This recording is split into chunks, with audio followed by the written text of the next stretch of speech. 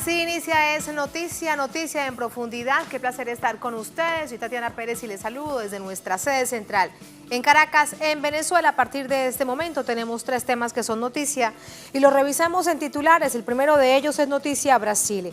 Mientras que los ojos del mundo están puestos en las llamas que arrasan la Amazonía, el gobierno de Jair Bolsonaro anuncia un plan intensivo de privatizaciones de empresas del Estado. Entre ellas se encuentran, por ejemplo, Eletrobras, una de las compañías eléctricas más grandes de este continente. Revisamos todos estos hechos y los analizamos. Segundo tema que es noticia, Argentina. Con resultados definitivos, las casas encuestadoras analizan el panorama electoral de cara a octubre próximo, las elecciones presidenciales. De acuerdo con recientes sondeos, a Juntos por el Cambio, el partido oficialista, la población lo culpa del desastre económico y no como intentan hacerlo ver, mirando hacia atrás o mirando hacia otras partes del mundo. El presidente Macri lo reconoce, pero informa que así y todo no cambiará su política. Tenemos ese panorama y lo analizamos. Tercer tema que es noticia, Reino Unido. Ya no hay tiempo para renegociar el Brexit y el problema de la frontera irlandesa debe estar resuelto antes de un mes. Con esa cruda conclusión del encuentro entre Boris Johnson y Emmanuel Macron, se da cuenta de una crisis a la vuelta de la esquina para Reino Unido, particularmente para esta nación, para Reino Unido. Lo analizamos en noticia que así comienza. Bienvenidos, bienvenidas.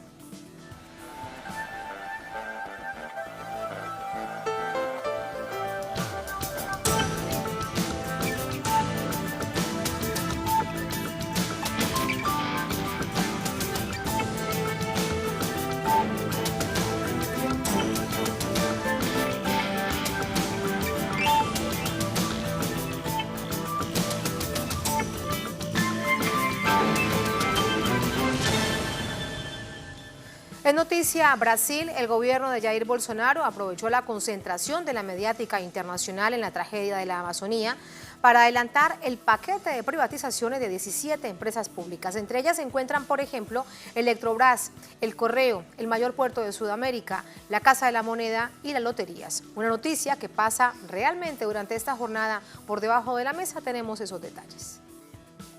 El anuncio fue hecho por el jefe de gabinete Onyx Lorenzoni. Prevén privatizar 17 empresas públicas como estrategia para recaudar unos 175.000 millones de dólares, supuestamente para sanear las cuentas públicas. El presidente Jair Bolsonaro adelanta el plan desde hace meses. Este jueves aseguró que está considerando privatizar cualquier cosa en Brasil, incluida Petrobras. Recientemente el mandatario reveló su aspiración de privatizar al menos una empresa pequeña a la semana. La lista de estatales en oferta incluye compañías ligadas a las áreas de infraestructura, telecomunicaciones, información, tecnología, seguridad y azar.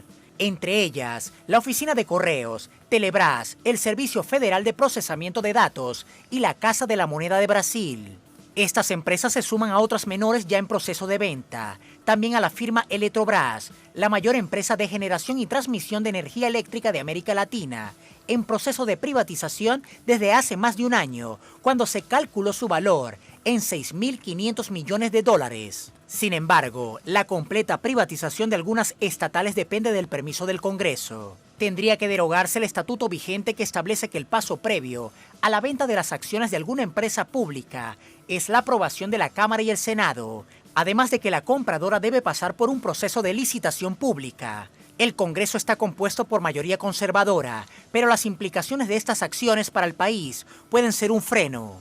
La presidenta del Partido de los Trabajadores PT, Gleisi Hoffmann, denunció en Twitter que la venta de los activos estratégicos, impulsada desde el Ministerio de Economía, socavan la soberanía de Brasil.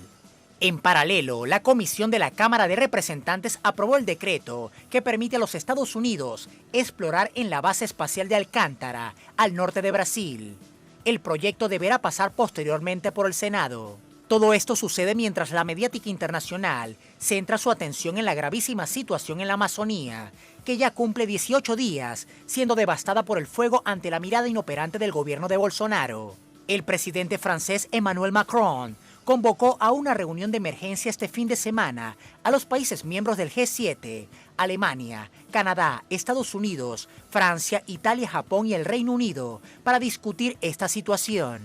Mientras, Bolsonaro pisa el acelerador de las políticas entreguistas y neoliberales al servicio del gran capital en detrimento de la autodeterminación de los pueblos, todo esto bajo un creciente panorama de rechazo popular a su gobierno.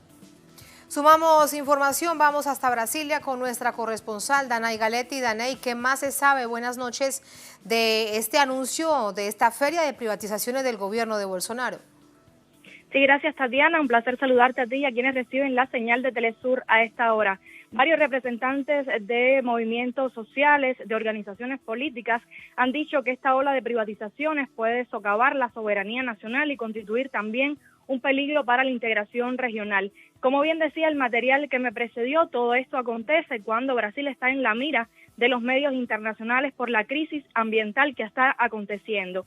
Y tanto estas políticas de privatizaciones como la agenda anti-medioambiente y anti-indígena fueron de sus promesas electorales para, según él, revitalizar la economía brasileña. Recordemos que durante la campaña electoral ya lo anunciaba su actual ministro de Economía, Paulo Guedes, y incluso el propio Bolsonaro, que las privatizaciones centrarían el programa de gobierno durante los 4 años de gobierno para revitalizar la economía brasileña, y también valoraba la explotación de la Amazonía para lograr este objetivo. Recordemos, Tatiana, que mañana se acontecerá aquí en Brasil numerosas manifestaciones contra esas políticas de privatización y también contra lo que está aconteciendo en la Amazonía.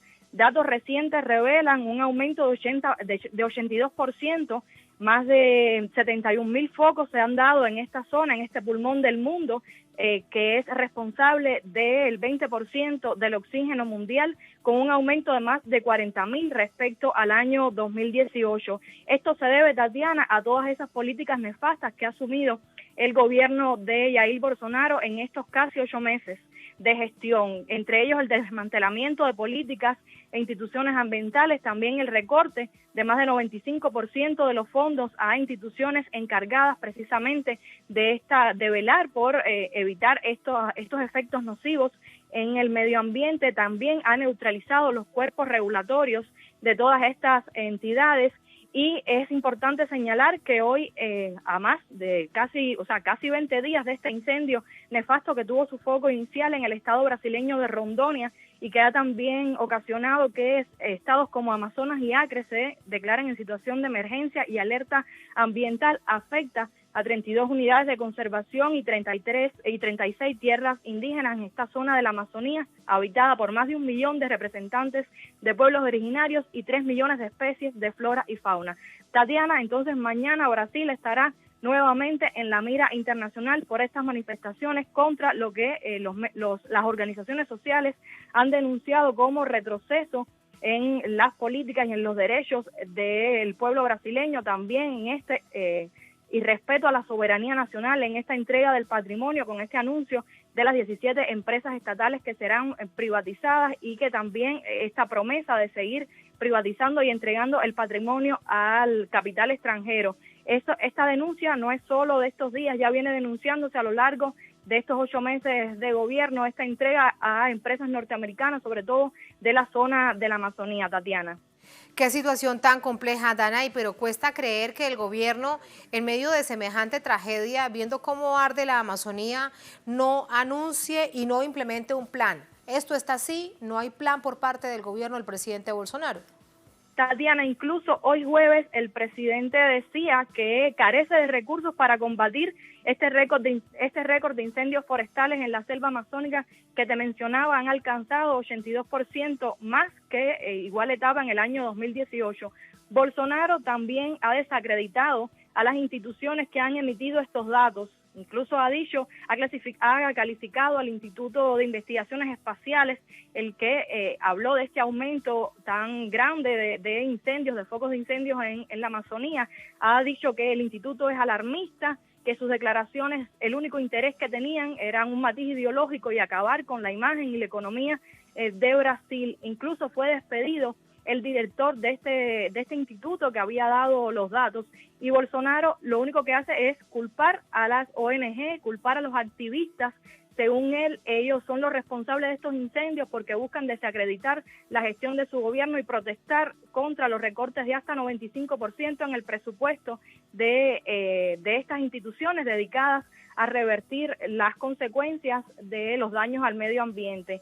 Tatiana, no existe un plan por parte del gobierno de Brasil. Él dice incluso que no existe tales datos de deforestación. Mencionó unas cifras irreales y la situación en la Amazonía cada vez se agrava por la pérdida, ya te digo, de todas estas especies endémicas de la flora y la fauna. Recordemos que hay más de 3 millones de especies, muchas de ellas endémicas de esta zona. La Amazonía es considerada el pulmón del mundo, encargado del 20% de la producción del 20% del oxígeno a nivel mundial, y es una situación grave que no está siendo asumida con total responsabilidad por el gobierno de Brasil, que se ha dedicado incluso a satirizar esta situación. En declaraciones recientes, Bolsonaro dijo que ya no solo es llamado el capitán motosierra, sino también ahora el Nerón de la Amazonía. O sea, no está dándole total importancia a esta situación, cuyo responsable es él y las políticas medioambientales. Recordemos que bajo su gobierno se ha estimulado la minería, la tala indiscriminada, la ganadería, la creación de espacios para infraestructura, y todo esto ha ocasionado lo que hoy estamos viendo, un incendio que no se puede contener porque, según Bolsonaro, carece de recursos para combatir este récord de incendios y para combatir esto que está afectando, Tatiana, no solo a Brasil. También se ha creado un canal de incendios que afectó a otros países como Paraguay, como Bolivia y Perú. Tatiana. Así es, bien lo dices, Danay. Hemos visto cómo desde otros gobiernos, desde otras naciones, se movilizan ante la situación, que dan tanta claridad de lo que significa esta tragedia ambiental. Danay, gracias, te despedimos, vamos con el análisis. Nos acompaña Luis Novoa Garzón, él es profesor de la Universidad Federal de Rondônia, con nosotros desde Sao Paulo. Profesor, ¿cómo está? Buenas noches.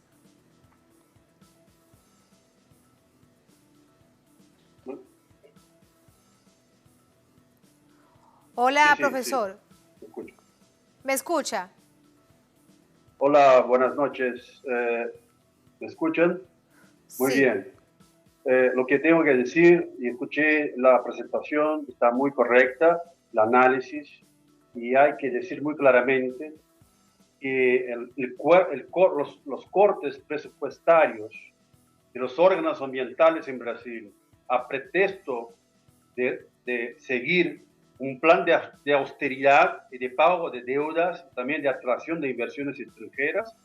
Así se privatiza todo, y más, se privatiza también la gestión, o sea, la capacidad de gestión y fiscalización de crímenes ambientales y sociales. Entonces estamos mirando en la Amazonía algo que ya estaba anunciado, algo que ya se prevía por el corte de presupuestos de los órganos de fiscalización, y más que los cortes de presupuesto, también una persecución a los técnicos honestos, los técnicos que no se rinden, a los productores rurales, a los ganaderos, a las empresas mineras, y que multaban, realizaban efectivamente estos emprendimientos.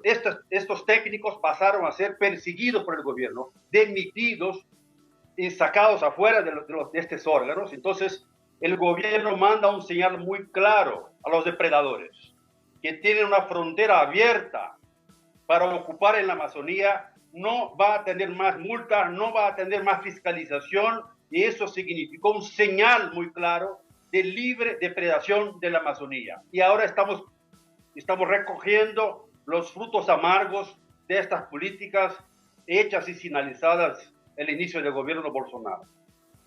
Esa es la primera reflexión que usted nos hace. Déjeme preguntarle, cuando nos hablan, lo hemos visto en otras oportunidades, de este bloque ruralista muy fuerte que está en la ubicación de las mejores tierras del país, entre esas algunas de la Amazonía, y que están directamente correlacionados en la política con el presidente Bolsonaro. ¿De quiénes se trata y cuál es su cuota de responsabilidad en esta tragedia?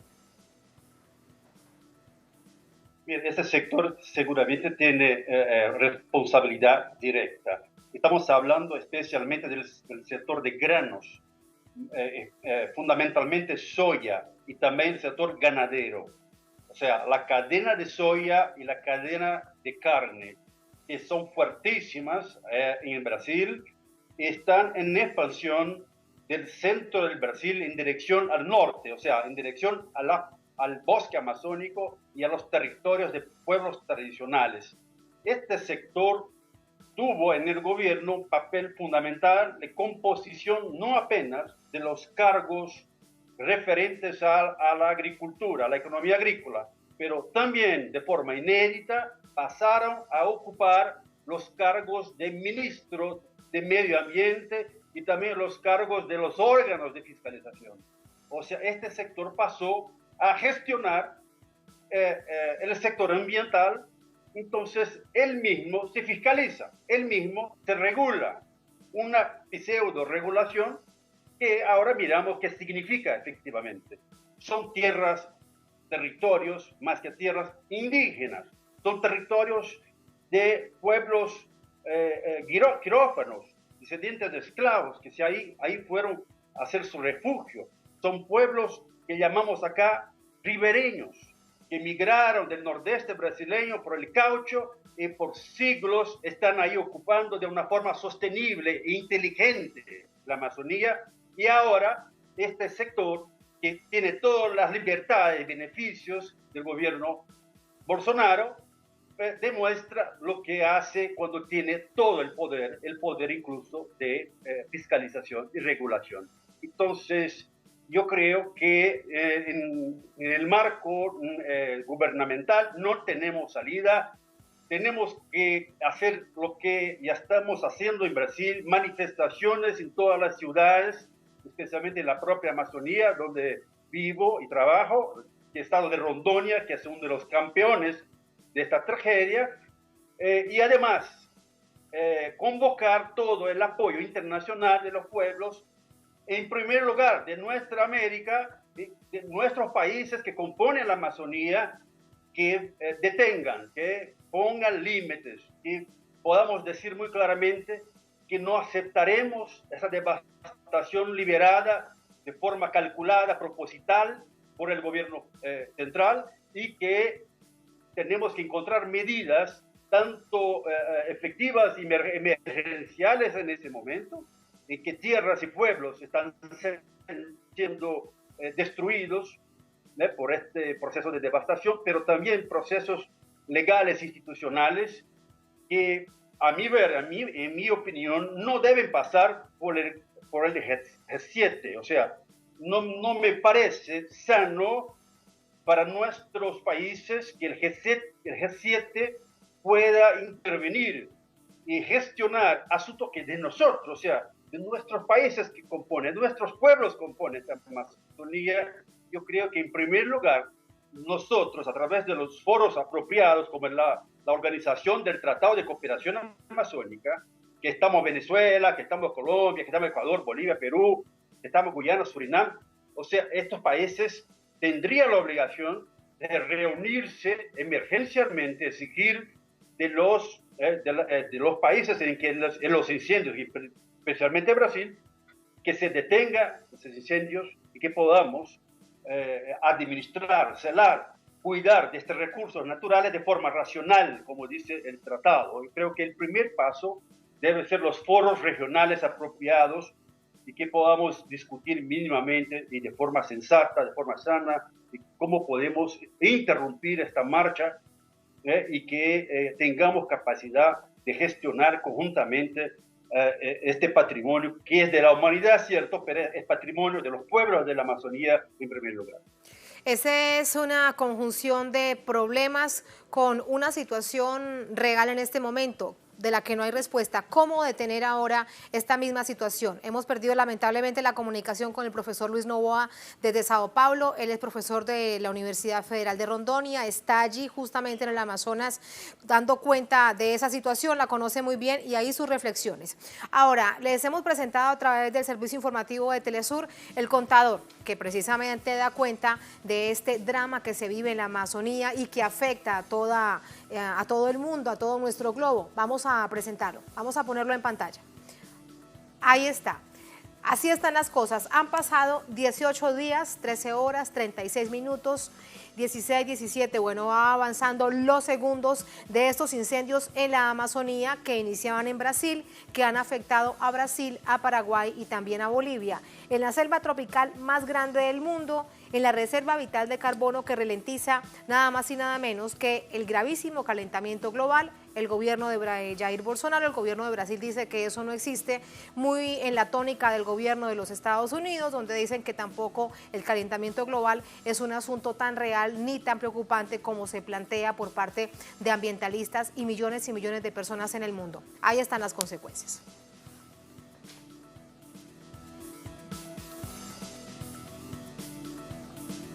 Así nos vamos a la primera pausa en esta emisión de Noticia. Al volver en Noticia Argentina. Con resultados definitivos, las casas encuestadoras analizan el panorama electoral de cara a octubre, las elecciones presidenciales y generales. De acuerdo a recientes sondeos, a Juntos por el Cambio, el partido en gobierno, la coalición de gobierno, le va mal porque la población lo culpa directamente del desastre económico, no como trata del gobierno de que se mire hacia otras partes. El presidente Mauricio Macri lo reconoce, pero informa que no cambiará su política. Analizamos ese panorama, estamos en Noticia.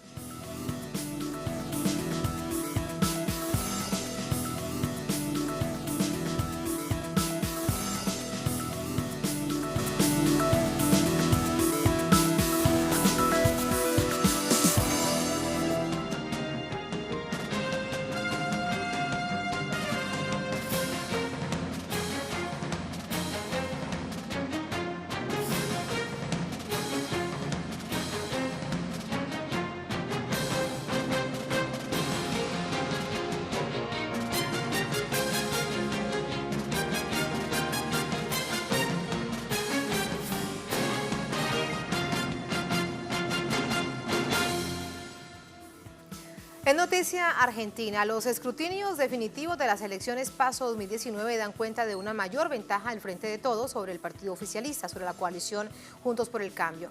Encuestas post-PASO ofrecen una realidad que parece irreversible y con un gobierno que se afinca en sus políticas de crisis, aunque lo reconoce. Detalles a continuación. La Cámara Nacional Electoral de Argentina compartió los resultados oficiales de las elecciones primarias, abiertas, simultáneas y obligatorias PASO, celebradas el pasado 11 de agosto. Con más del 63% escrutado, el Frente de Todos superó los 7 millones de votos, lo que implica más del 47% del electorado a favor del partido liderado por Alberto Fernández. Por su parte, el partido oficialista del presidente Mauricio Macri alcanzó un poco más de los 5.200.000 votos, logrando al menos superar el 35% de apoyo nacional para Juntos por el Cambio. Un palazo por el resultado y por lo sorpresivo, ¿no? Por todo lo que sabemos que fallaron las investigaciones. Los inesperados resultados para el gobierno de Mauricio Macri parecen no sorprender a la población. Los ciudadanos parecen ya tener evaluado lo suficiente a su mandatario y continúan respondiendo de forma contundente a las encuestas. Recientemente, la empresa Clivages Consultores compartió el análisis de un cuestionario que aborda aspectos políticos, sociales y electorales de cara a los comicios presidenciales del próximo mes de octubre. La consulta sobre la responsabilidad de la actual administración en los desequilibrios de la economía nacional mostró que más del 61% de los encuestados señalan como responsable al gobierno de Mauricio Macri. Las respuestas generadas por los efectos negativos de la inflación, el desempleo y una precaria estabilidad económica según los participantes los llevó a reprobar con más de un 82% su intención de voto al actual mandatario. Pese a los constantes reclamos de la población en 4 años de gestión, protagonizada en su mayoría por manifestaciones populares, el presidente Macri reafirma su intención de gobernar para el sector empresarial y élites financieras de su país. Es una interpelación a los empresarios aquí presentes. Ustedes son la esperanza de generar empleo, que es una de las patas importantes en la vida de la gente para vivir mejor y ser felices.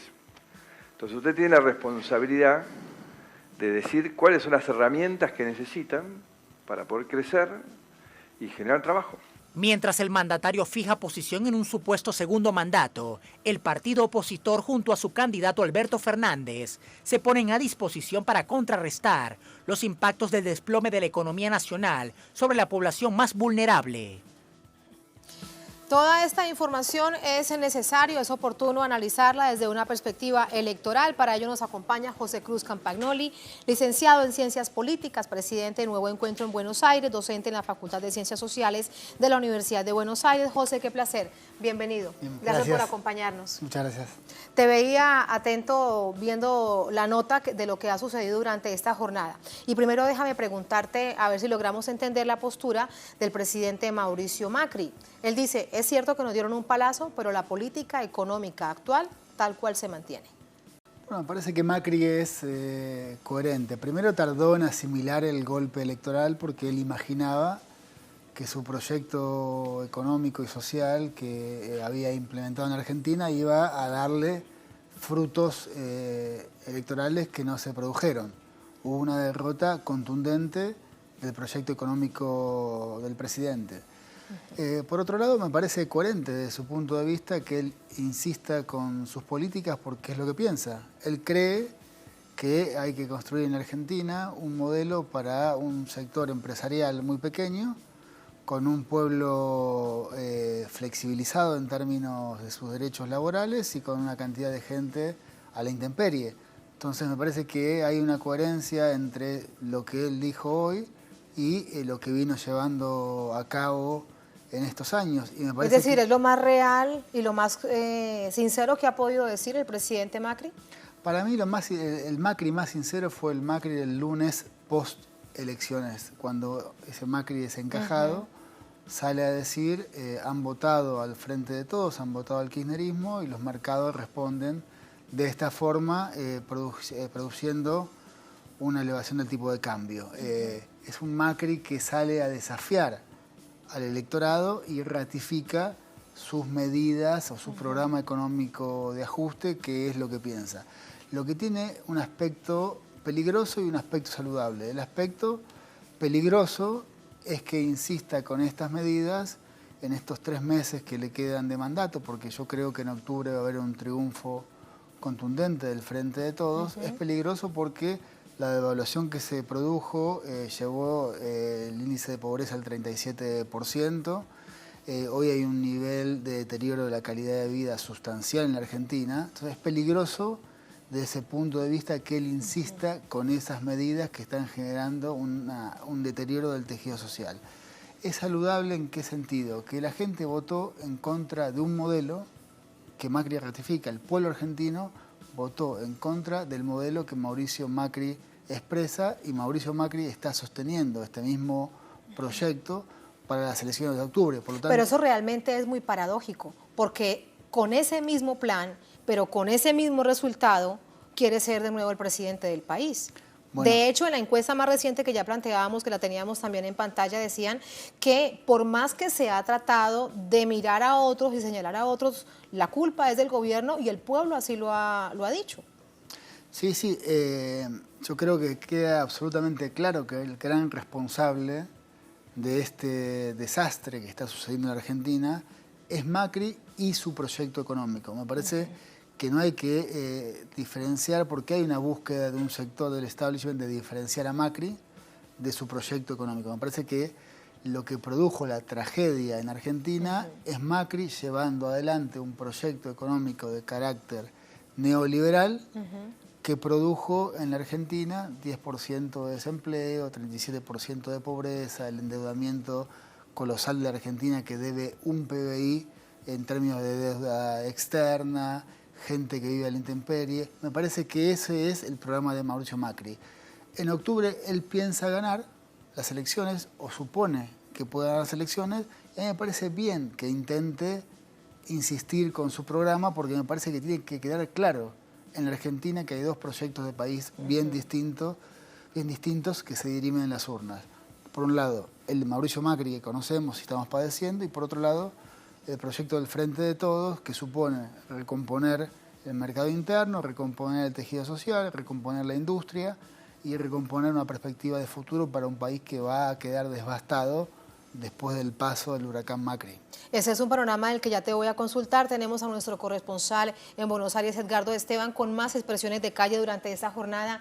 Edgardo, ¿cómo estás? Buenas noches. Cuéntanos precisamente de lo que viene sucediendo. Cada día hay nuevas informaciones, nuevas expresiones, nuevas organizaciones sociales que dicen en las calles no solamente lo que significa en sí mismo el país en crisis, sino el país político. Tatiana, siempre es un gusto saludarte y saludar a la audiencia de Telesur. Y recién escuchábamos que se está realizando el escrutinio oficial y se hablaba de algo más del 60%.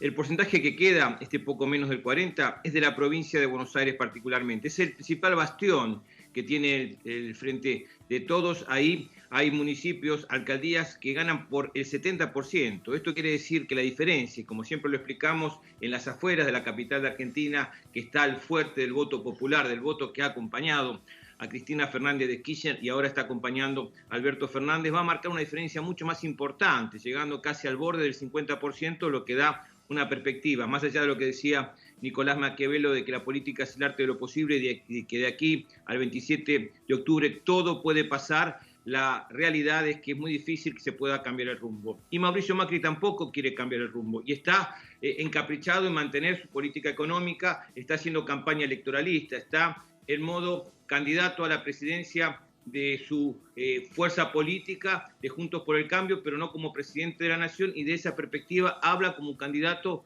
que está bastante desesperado, pero ratificando también su gabinete. Marcos Peña, que es el principal cuestionado, su jefe de gabinete, él lo ha ratificado, él dice que Peña es Macri y de alguna forma va a hundirse con su Titanic junto a su jefe de gabinete, y de esa perspectiva hay que tener claro este elemento que no es menor. En la provincia de Buenos Aires, donde María Eugenia Vidal estaba muy confiada de ganarle a Axel Kicillof y se marcó una diferencia de casi 20 puntos en favor del candidato del Frente de Todos, ya está haciendo su propia campaña por fuera de Mauricio Macri. Y los jefes de los distintos municipios, que tiene alrededor de 48 municipios, justamente el Frente electoral de la derecha de la política argentina, están haciendo campaña hasta cortando boleta o pidiendo cortar boleta en función de que Macri quede afuera total de lo que significa esa posibilidad, particularmente en las principales ciudades, como Bahía Blanca, que ganó por apenas 2 puntos y que puede perder justamente un municipio que era muy importante y que para ellos era prácticamente ganado. Ahora está en juego y de esa perspectiva van a jugar por todo o nada, pero defendiendo su territorio y no acompañando al propio presidente Mauricio Macri, que está esperando que venga Durán Barba, pero está haciendo una campaña solo en función justamente de ver cómo se salva, confiado de que va a ganar, pero la realidad le está marcando otro camino y todas las fuerzas y todo lo que significan los sectores empresarios, lo que son los sectores de la producción, lo que significan los dirigentes políticos como los gobernadores, que ayer fueron muy duramente cuestionadores de lo que está planteando estas medidas económicas por parte de Mauricio Macri, que le está sacando justamente la coparticipación, los fondos que ellos necesitan hasta para pagar los sueldos, están jugando y están construyendo esta alianza que va a seguir creciendo y que seguramente la diferencia entre Alberto Fernández y Mauricio Macri, si la realidad y la tendencia y esta proyección sigue marcando su rumbo, va a ser mucho más amplia de lo que se espera y de lo que fue las primarias abiertas, simultáneas y obligatorias del 11 de agosto pasado. Gracias por esta información. Es de inmediato todos esos detalles que nos entregas y los sumamos al análisis. Edgardo, muy buenas noches. Buenas noches, Tatiana. Muy buenas noches. José, ¿crees que se está quebrando, resquebrajando Cambiemos por dentro después de este resultado? Y me parece que las derrotas siempre producen crisis y yo creo que esta no es la excepción. Me parece que parte de la Unión Cívica Radical está en una tensión muy fuerte con el PRO y con su estructura. Me parece que el presidente Macri tiene dificultades hacia el interior de su propia fuerza. Y me parece que lo que está en crisis es la relación de un sector muy importante del establishment que creyó en Macri como que era la tabla de salvación de los intereses de los grandes grupos económicos por un largo periodo de tiempo. Y yo creo que esta derrota de Macri es una derrota no solamente de carácter local en la Argentina, sino que es una derrota que también tiene impacto en la región. O sea, se resquebraja Cambiemos en cuanto a que ya la fuerza política de la derecha y del establishment que se había constituido como una fuerza moderna, novedosa, ha mordido el polvo de la derrota producto de haber generado una tragedia en este país. Y creo que también al tambalear Macri, también tambalea, me parece, la estrategia belicista de Trump en la región, y me parece que Argentina, al confirmarse... Y esto si ubicamos a Macri como su mejor aliado, como su mejor operador en América Latina. Y me parece que Macri y Trump tenían como una suerte de pacto tácito. Macri aparecía como una suerte de líder regional por el peso que tiene la Argentina y además porque Bolsonaro no podía hacerlo por sus características desde Brasil. Entonces Macri tenía esa proyección. Me parece que la derrota de Macri, el seguro triunfo de Evo Morales en Bolivia, van configurando un panorama donde América Latina vuelve a recuperar cierto equilibrio y me parece que va a privilegiarse. Yo creo que el gobierno de Alberto Fernández, ya lo ha manifestado él, va a ser un gobierno que va a acercarse a la posición de México y de Uruguay en términos de tener una región de paz y una región donde el diálogo se pone en el centro y se sale Argentina de esa línea belicista que está planteando Trump. De aquí a octubre aún queda tiempo. ¿Qué más se necesita para que el Frente de Todos garantice triunfo en la primera vuelta? Bueno, me parece que un gran paso fue la creación del Frente de Todos porque hubo como una comprensión clara de cuál era la coyuntura en Argentina y el peligro inminente que estábamos atravesando. El Frente de Todos sumó a distintos sectores para construir un gran polo opositor, porque éramos conscientes de que no alcanzaba con una parte. El kirchnerismo o Cristina era la parte más importante, pero con ella no alcanzaba y me parece que ella interpretó ese proceso que estaba atravesando el país y con su paso al costado habilitó la construcción de un frente muy plural, que ha tenido resultados contundentes en las urnas. Yo creo que si bien todo parece indicar que el triunfo en octubre va a ser de la misma magnitud o mayor que en las PASO, no hay que descansar, no hay que darse por satisfecho ni darse por ganado, porque estamos frente a una derecha que está muy golpeada, pero que tiene recursos como para poder inventar. Una derecha que se sabe reinventar y que por eso ha estado históricamente en los distintos poderes. Exactamente, por lo tanto me parece que lo que hay que hacer de acá hasta octubre es fortalecer la relación que el Frente de Todos ha construido con la mayor parte de la sociedad y el pueblo argentino y ofrecer una perspectiva distinta a la actual, ofrecer un país con distribución de la riqueza, un país que va a volver a crecer, un país que va a volver a tener posibilidad de tener trabajo. Me parece que Macri ratificó su modelo económico estos días. Sí. El Frente de Todos debe ratificar también que lo que vino a hacer a la Argentina es gobernar para el conjunto del país, pero centralmente para los sectores más postergados, más golpeados, para los trabajadores y trabajadoras, porque me parece que ese es el camino, no solamente para sacar a la Argentina adelante, sino para poder seguir representando una porción cada vez más amplia del electorado argentino. Sí, y te pregunto, ¿y por qué los más ricos de los ricos tienen amplísimas fortunas en estos 4 años? O sea, ya han superado todas sus expectativas. Sí, en esos 4 años, los más cercanos amigos, empresarios e industriales de Macri. Sí, ha habido un enriquecimiento gigantesco de los de grandes grupos económicos asociados a petroleras, a electricidad, a las finanzas, a los grupos eólicos, muy cercanos a Macri. La mitad del gabinete, por lo menos de Macri, tiene cuentas offshore y han sido socios o han sido parte de esas grandes empresas. Lo que pasa es que esos grupos económicos siempre quieren mantener, además del poder económico, el poder político. Y lo que ven ahora es que el poder político lo están perdiendo. Entonces me parece que ese es un gran dato en la Argentina, de que la política vuelve a emanciparse del poder económico para volver a tener autonomía y para poder pensar y gobernar en función no de esos intereses, sino de los intereses del conjunto del país. De un pueblo tan golpeado. José, me quedan dos cosas por preguntarte. Y una es con algunos actores políticos que los hemos visto de un lado, luego del otro, ahora en el frente de todos. Te pregunto, por ejemplo, por Massa. Es cierto que entra en un momento en donde se necesita cohesionar tantos sectores, pero hay ciertas suspicacias, hay incertidumbre sobre su papel, o hay confianza en que en esta oportunidad se mantendrá en el frente de todos. Me parece que hubo aprendizaje en estos años. Hubo aprendizaje de que estábamos frente a una situación muy delicada, donde Macri y su programa económico habían venido para quedarse, y el nivel de devastación que estaban produciendo en nuestro país era tan grande que había que juntarse para lograr frenar la tragedia argentina que estábamos padeciendo. Entonces me parece que ahí hubo aprendizaje.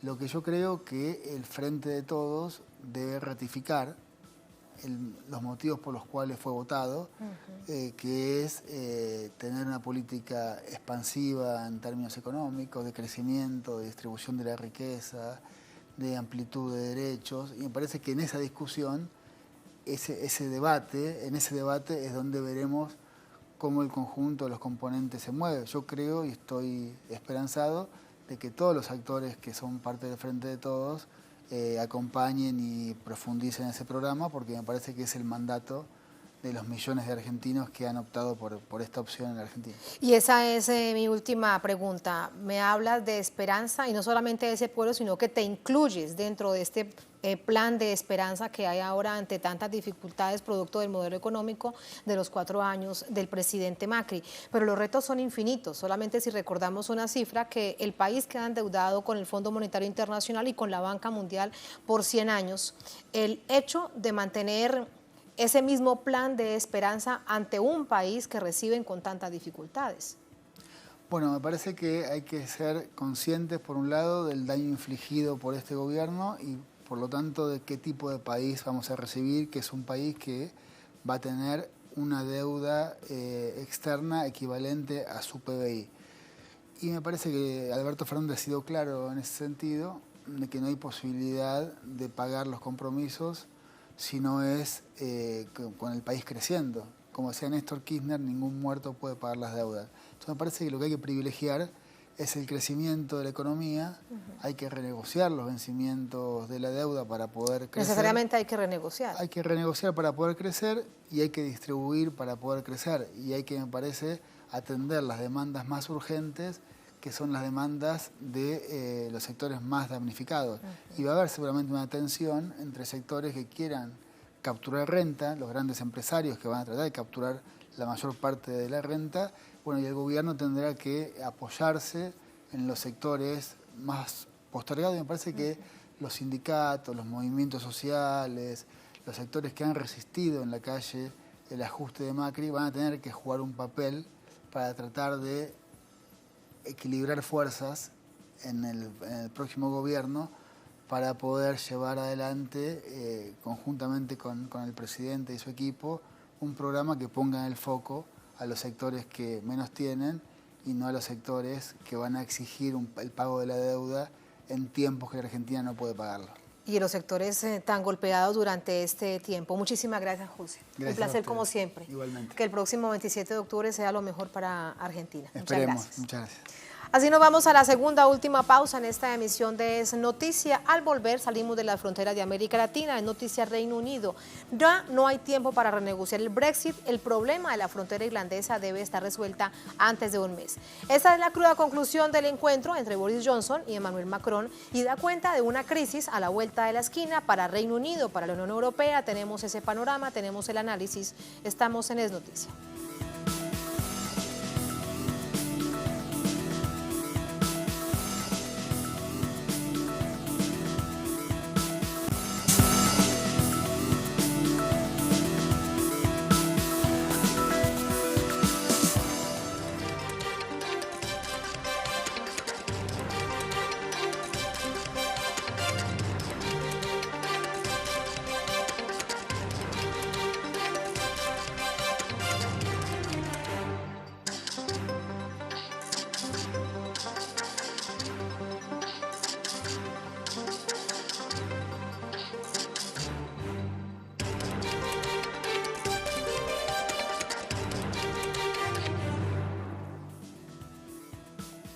En noticia Reino Unido, el presidente francés Emmanuel Macron advirtió este jueves al primer ministro de Reino Unido, desde Francia estaban reunidos a Boris Johnson, que no habrá suficiente tiempo para un acuerdo del Brexit antes de un mes. Y no solo es ese asunto, la controversia sobre la frontera irlandesa es un problema que pesa realmente.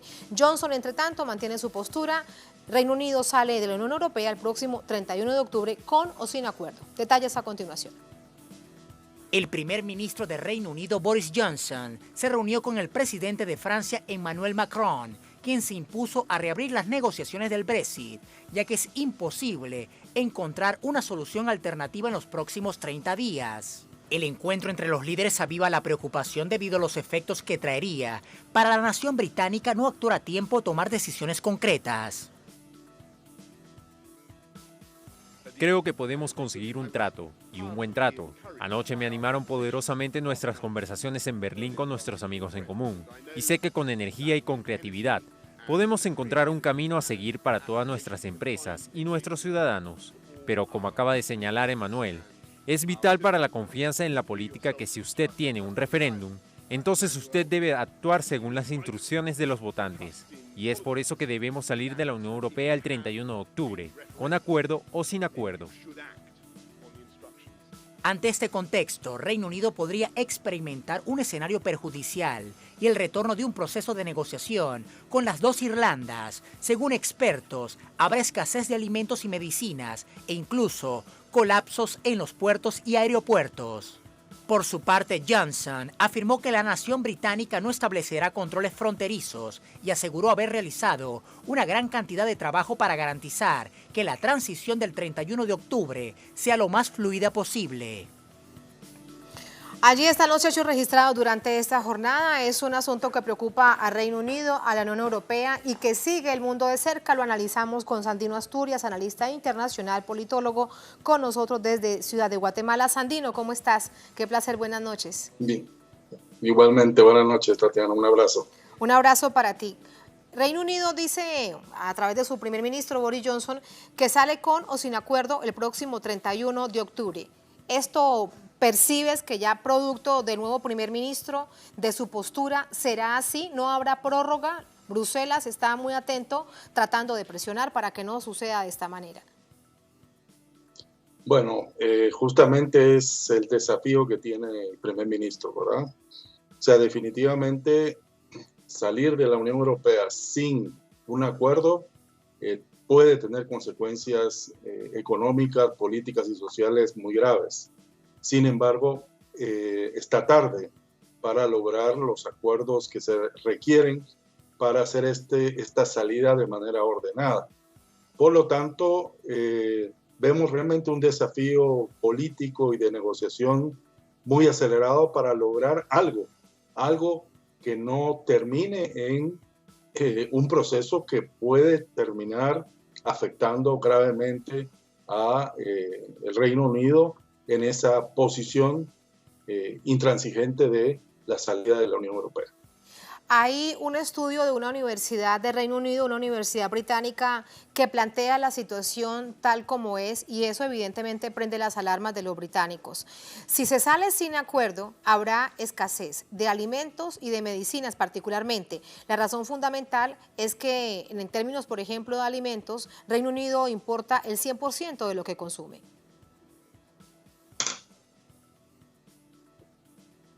Sandino. Sí, efectivamente. ¿Crees que realmente esto será así? ¿Crees que esto será así? Ese informe académico, que de hecho no deja de ser académico, que no es asumido como una política de Estado, incluso no tuvo mucha repercusión, pero da cuenta de la gravedad de lo que puede venir. Sí, un país que ha sido integrado totalmente su economía a una economía globalizada y relacionada y dependiente del resto de las economías regionales, pues definitivamente va a requerir, como digo, un esfuerzo titánico para poder salvar o rescatar algunos de los acuerdos bilaterales que precisamente puedan evitar esa crisis.